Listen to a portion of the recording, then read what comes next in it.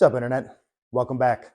Today, we're going to be taking an in depth look into the recent Hawaii wildfires and trace the historical journey of disaster relief. While we're also going to be exposing the unsettling links between the surge in catastrophic events and impending climate crisis. First off, let's address the heartbreaking incident going on in Hawaii. Devastating wildfires have swept across the Big Island and Maui, leaving destruction and heartache in their path. The impact has been immense, with at least 53 lives lost as of time of recording. And the town of Lahuna on Maui is left in ruins. Some are calling it more reminiscent of a war zone. The urgency of the situation has prompted President Joe Biden to swiftly issue a federal disaster declaration. During a recent event in Utah, President Biden emphasized the gravity of the situation, saying, "We're working as quickly as possible to fight those fires and evacuate residents and tourists. In the meantime, our prayers are with the people of Hawaii, but not just our prayers. Every asset that we have will be available to them. Our hearts over here in the mainland are also with you, Hawaii, as well."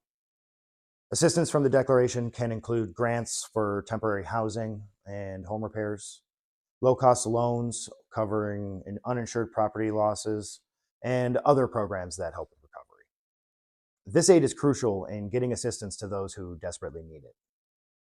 Additionally, FEMA Administrator Deanne Criswell plans to travel to Maui on Friday with a clear directive to streamline the process for requesting help and ensuring that survivors are registered for the federal assistance program and receive it without any delays. But to truly understand disaster relief, we kind of need to rewind the clock. It all began over 200 years ago when Congress recognized the need to aid victims of catastrophic events. One of the earliest instances of federal disaster relief occurred in 1803. Following a series of fires that swept through the port city of Portsmouth. That's in New Hampshire, by the way.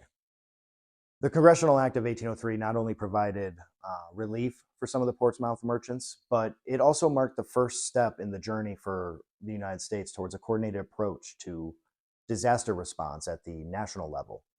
In the decades that followed, we saw ad hoc efforts to address disasters, such as the Great Fires of New York City in 1835 and Chicago in 1871, and the devastating hurricane that hit Galveston, Texas in 1900.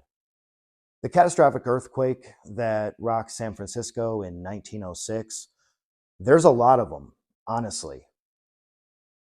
These instances of disaster prompted Congress to take action, shaping the foundation for disaster relief efforts that would evolve over the decades. The 20th century witnessed a remarkable revolution in emergency management, culminating in the establishment of the Federal Emergency Management Agency, or FEMA, in 1979. Its inception marked a turning point in disaster response on a national scale.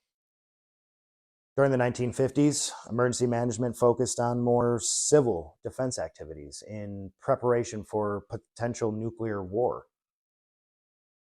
However, a series of massive hurricanes and earthquakes during the 1960s and early 1970s shifted the spotlight to natural disaster relief. The formation of FEMA in '79 consolidated disaster-related agencies as well. Ones that include the National Fire Prevention and Control Administration, the National Weather Service Community, and the Federal Disaster Assistance Administration. The formation of FEMA centralized disaster relief efforts, providing a unified approach to disaster management that was sorely needed. Now, we need to confront an undeniable reality. Climate change is reshaping our world and exacerbating the frequency and intensity of these disasters. From wildfires to hurricanes, its impact is undeniable. Look no further than the escalating number of extreme weather events that can be tied directly to climate change. We've witnessed unprecedented heat waves, more intense hurricanes, and devastating wildfires that are fueled by changing climate patterns. The scientific consensus is clear. Our planet is warming, and its consequences are becoming increasingly apparent, especially now that we've hit the point of global boiling. For instance, Hurricane Katrina's devastating impact in 2005 served as a grim reminder of the power of climate-fueled storms. The increase in sea surface temperatures provides the energy necessary for hurricanes to intensify, leading to more destructive storms like Katrina itself. Closer to the present day, the California wildfires come to mind as well. Those have been exacerbated by prolonged droughts and warmer temperatures. These conditions create a tinderbox environment that accelerates the spread of the fires, leaving absolute devastation in their wake. This level of unreasonable skepticism obstructs our path to a more meaningful change. Unfortunately, there is a history of resistance to acknowledging and addressing climate change. Some individuals and groups downplay the impact of human activities on our environment and hinder necessary policy changes. This skepticism has influenced policy decisions and delayed crucial actions that's needed to mitigate the effects of climate change. It's crucial to recognize that addressing climate change requires collective action. It requires staying informed by the scientific consensus and being committed to the well-being of our planet. Overcoming denial and embracing change is essential for the future of our world. The recent Hawaii wildfires serve as a stark reminder of the importance of disaster relief and preparedness. The history of emergency management provides valuable lessons, and the looming threat of climate change underscores the need for more immediate action. In this journey from historical disaster relief to the present challenges posed by climate change, it's clear that our response to disasters must evolve alongside our changing world. By acknowledging the reality of climate change and taking proactive steps, we can build a more resilient and sustainable future for generations to come.